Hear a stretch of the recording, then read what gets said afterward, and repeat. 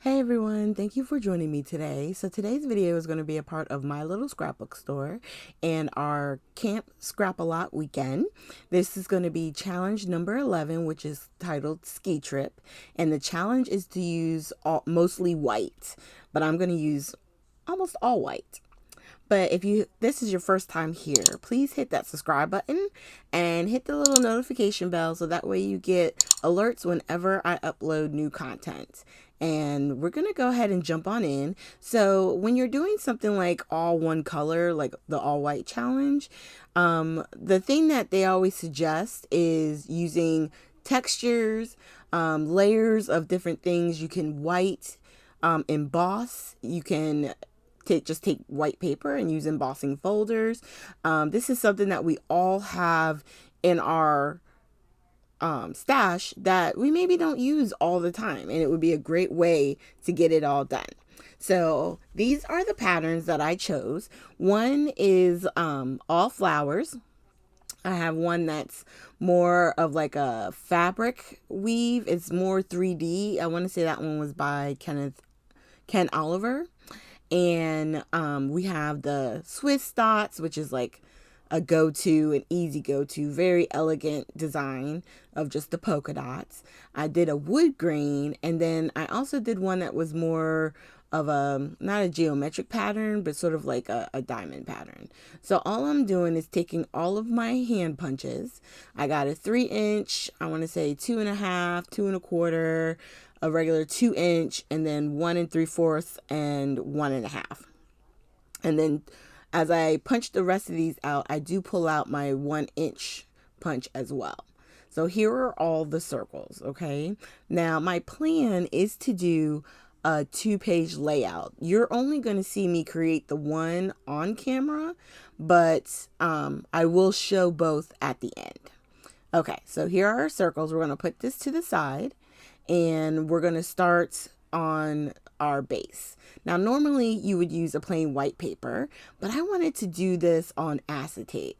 We had these pretty acetate sheets from Jen Hadfield from Reaching Out. And I'm going to take a Vicky Bouton stencil and some light paste. And there was some paste already on here because I told you I'm doing the 2-page layout, and I already have one that's kind of off to the side drying.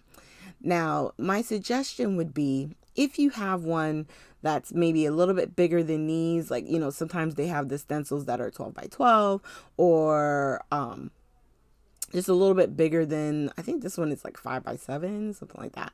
I highly suggest that only because with these, you have a border, and if you don't scrape right or if you go over the edge, it creates weird patterns on the side. I didn't mind because I knew my photo was going to go in the center, and then I would also be splattering. So I immediately put that to the side and cleaned my stencil. And now we're going to create some more elements. So I have these chipboard butterfly pieces, and I'm just inking them up with the Versamark. And I keep one that's solely used with chipboards because I don't know, like whenever you press it down, it just makes the pad look dirty, even though it's not. I can't explain it to you why, but I keep one clean one for when I'm stamping, and then I use this one because it's already mucky for any chipboard pieces that I might want to heat emboss. And I'm just using Brutus Monroe, the alabaster white. I think it's alabaster. Yep, alabaster white embossing powder. And I'm just going to ink them all up at once and then heat them all at the same time. So while we're doing this, I do want to suggest if you're not a member of the My Little Scrapbook Store on Facebook, head on over and sign up. It's a great community. They have a private room or private group that they use for their free online crops, and it's so much fun. You get the whole month to work on, I think there's like 23 challenges, and then number 24 is I did it all. And each one of the challenges, you can potentially win a $10 gift card to my little scrapbook store. And if you do the I did them all and you're admitted into that challenge, you can win up to $50 gift card, which is not a bad deal. I know every time we do one, I'm always trying to do them all, and work life, it never kind of coincides.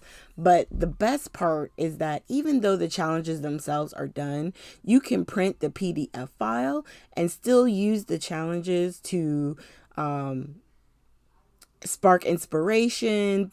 You can always revisit, like we have a bingo board. I mean, you can definitely challenge yourself with those throughout the year if you save them. The mood board, all of that. We have single sketches, double page layout, excuse me. So there's so many options and things for you to try. And this particular crop, the theme was like, it's all about summer, like getaway, travel. It's from camping to, your bucket list destinations and, friends, Girl Scout, like all stuff that you would just do in the summer. And they're all used to inspire you. And the best part is you don't have to use just one style of paper. You can use anything that's in your stash. So, that being said, now that all the butterflies are inked up and with the embossing powder, I'm just going to heat this up. I like to kind of put them all on this paper here only because it'll keep them from sliding. And I use my pickup tool to kind of place it in any open spots on the butterfly in case the heat, like the wind, pushes them around. So while those cool off, we're going to move on to the next part. Now, I do want to say off camera, I wind up heat embossing some feathers from, I think it's Dina Wakely. So we'll be using that on the project as well. Now, our embossing paste has dried, and I wanted to say these acid sheets, be careful, because I was using the heat tool to try and help dry it quickly, and I almost melt the side there for a little bit. And then they also have a protective film, film on these acetate sheets, and I almost messed up, but I actually put the embossing paste on the right side on the first one I did, so I was able to pull the back off on the other side. And it makes it super clear because they're kind of cloudy at first, and it's because they have that film. All right, so my photo is really close to 4x6. I trimmed it down just a little bit so that I would have a small, thin layer of black paper, and then putting it on top of the white mat.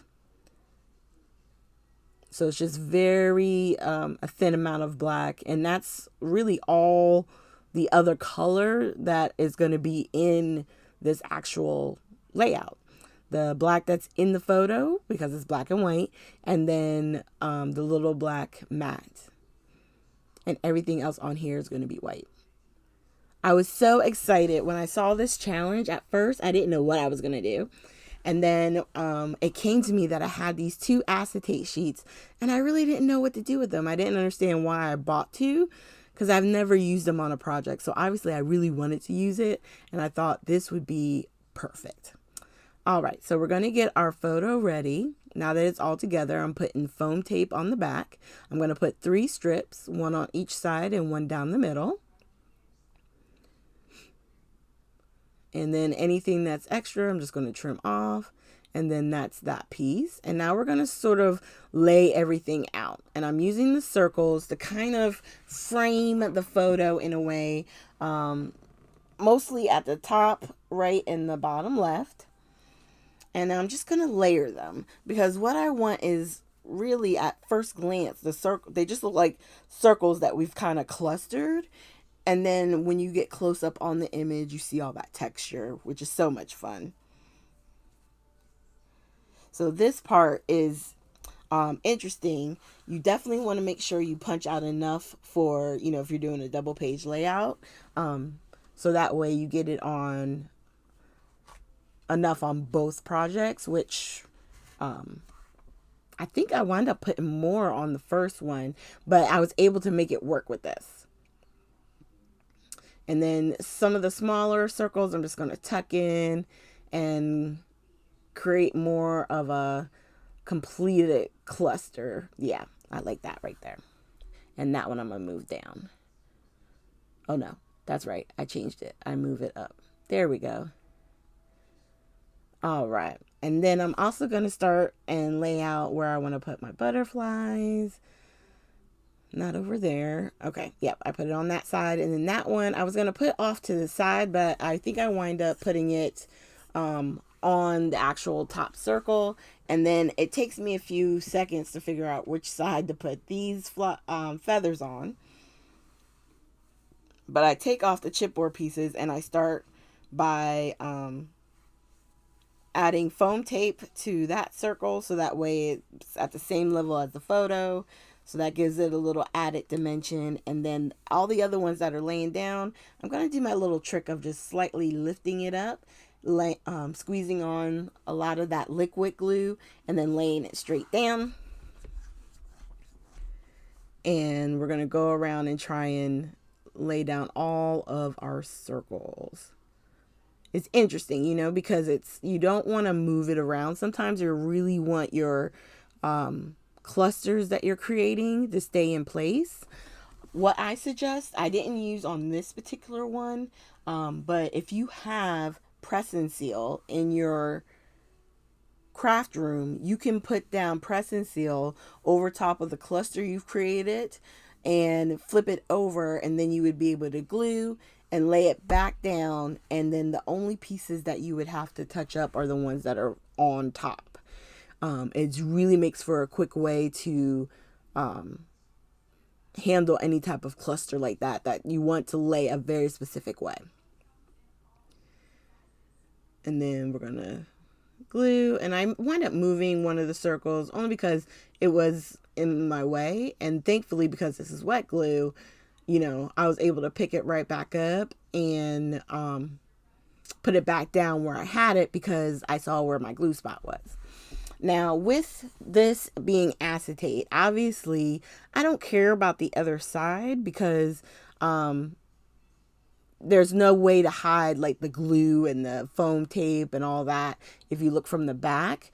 But the best part is I think these will be really pretty in like a scrapbook with just white paper behind it, or even with putting black paper behind it.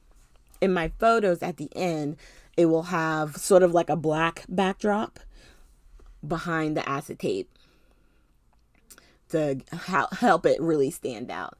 And with this foam tape, I always put glue on it just to give myself a little bit of wiggle room in case I don't lay it down straight, which has been known to happen.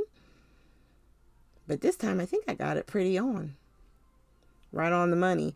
And everything lined up with where I had my circles, which is key.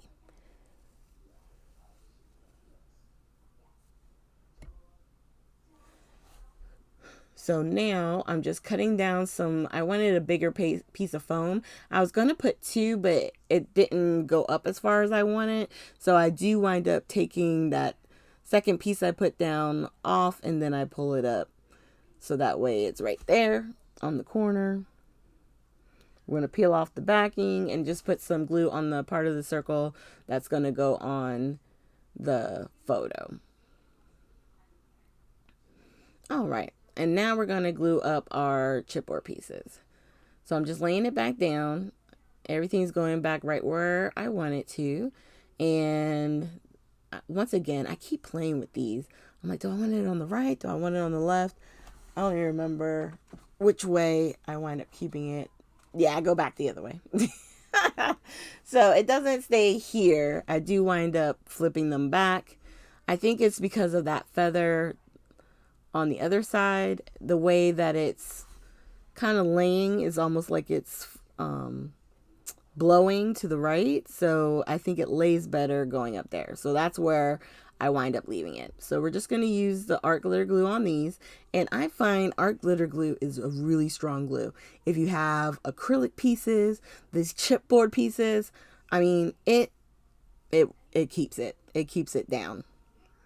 So if I'm not using any tape or anything like that, I definitely, my go-to on my layouts is the art glitter glue, because it dries clear and it's super strong. It really is. All right. Press that down. And then I just have one more butterfly to put on. Oh, on this feather here. Yeah. And I really enjoy how these turned out. It was just how I pictured it in my mind. Like, as it was coming together, it was hard because doing the circles, and I love circles. I just wasn't sure about how I was placing them. If I wanted to maybe do a cluster and kind of have it sitting on top like it was a flower, or blooming from out of the circles. And I think this way just wound up coming together easier.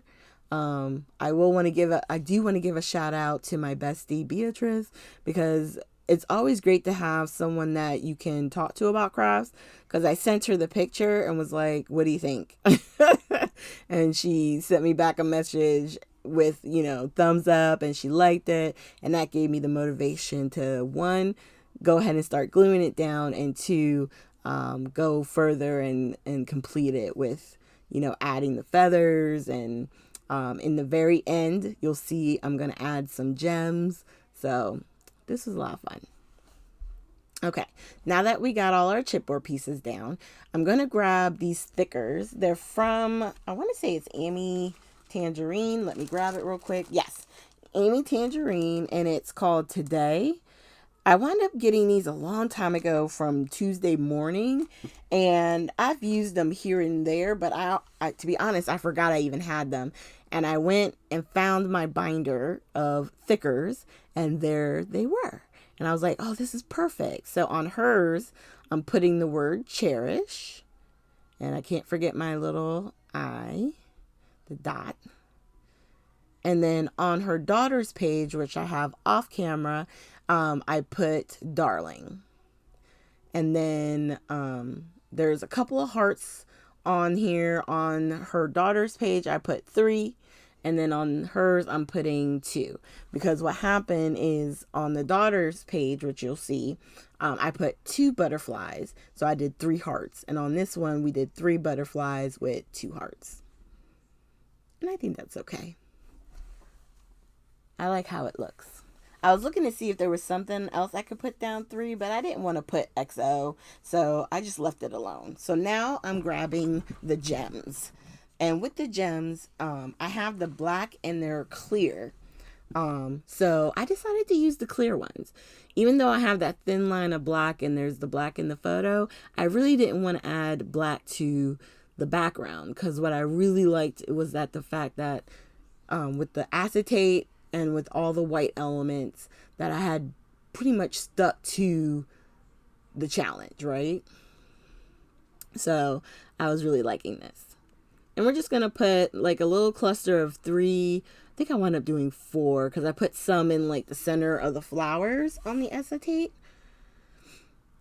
And then some up here at the upper right. So each one of the 4 corners has a couple of the gems. The butterflies, I wind up putting the one above cherish, and the one on the upper left, I put a couple of the stones kind of like trailing from the butterfly. So it almost created like that motion look that sometimes people do using like the stitch lines. I just used the gems. All right, and then we're going to grab our jewel picker and the art glitter glue, and I'm still using my katana. Yeah, I think it's a katana jewel picker. I'm used to this one, and for right now it's the one that I work the best with. I have tried the Nuvo one, but I'm going to tell you, if you haven't used a jewel picker before, it's smaller in your hand, and if I don't know. I have small hands already, but I really like the feel of this one that I've already been using. But I would say the Nuvo one, if you don't have anything at all, is definitely a plus because it's super sticky and it does do well with gems and sequins.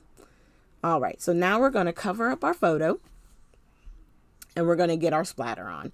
So on this project, instead of doing my typical 3 colors, I'm just going to use white, and I'm just going to use some do the splatters all around because, like I said, with that embossing paste and that stencil, any of the paste that came over kind of created like little distressed areas of embossing paste, and I think putting down the splatters just helps kind of finalize the image. So there's my niece, and then her daughter is on the right side for the darling. And it's hard for me to get it into the full frame because of my desk space, but I'm really excited about these. I'm so glad they came out. Oh my goodness. I'm in love. And I got this at regular speed, so that way you can see how everything looks up close, and that texture on the circles. It's perfect. Really, I am in love, you guys. And then I'm gonna hold this one up a little bit so you can see some of those. Ugh, I really do enjoy how this came together. Now this one is the one that I finished off camera, and then I was grabbing a white piece of paper here so you can see what I'm saying. Like inside a book, you can still see all that texture and have it be white on white. I love it. Ooh. Or you could even, I'm going to grab another color paper here. Give me 1 second. I'm going to put that one down. And then I think I grab a green and then I grab a black. So, okay. Now this one's not a full sheet, but I just wanted to show you. So if you were to put it over top of color, you can see all the white stand out more, right? So if the green works really well, then I grabbed the black, a piece of black to put under so you could see.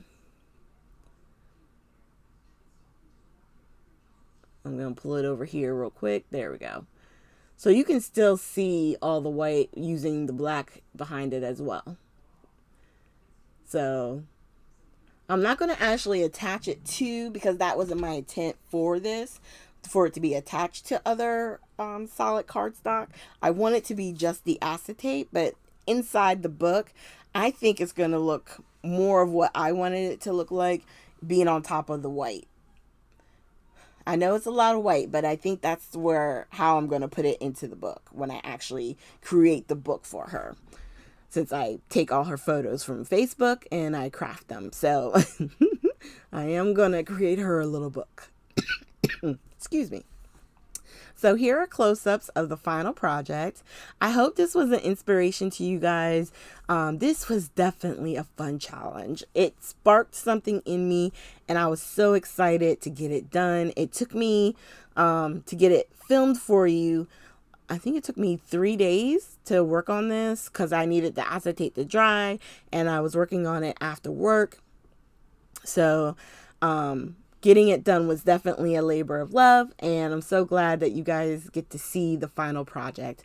Now, if you're over on the crop page, the design team, all the design team members have their own inspiration album, and all of our photos will be there. And I will also put a link to this video and my previous live video at the very end, so you guys can have easy access, or a quick click to the next video. And just a quick reminder, if you haven't already, please hit that subscribe button, hit the like button. And if you have any questions, just leave a comment down below. I always try and read them and make sure to respond to you guys. And once again, I hope you have a great day.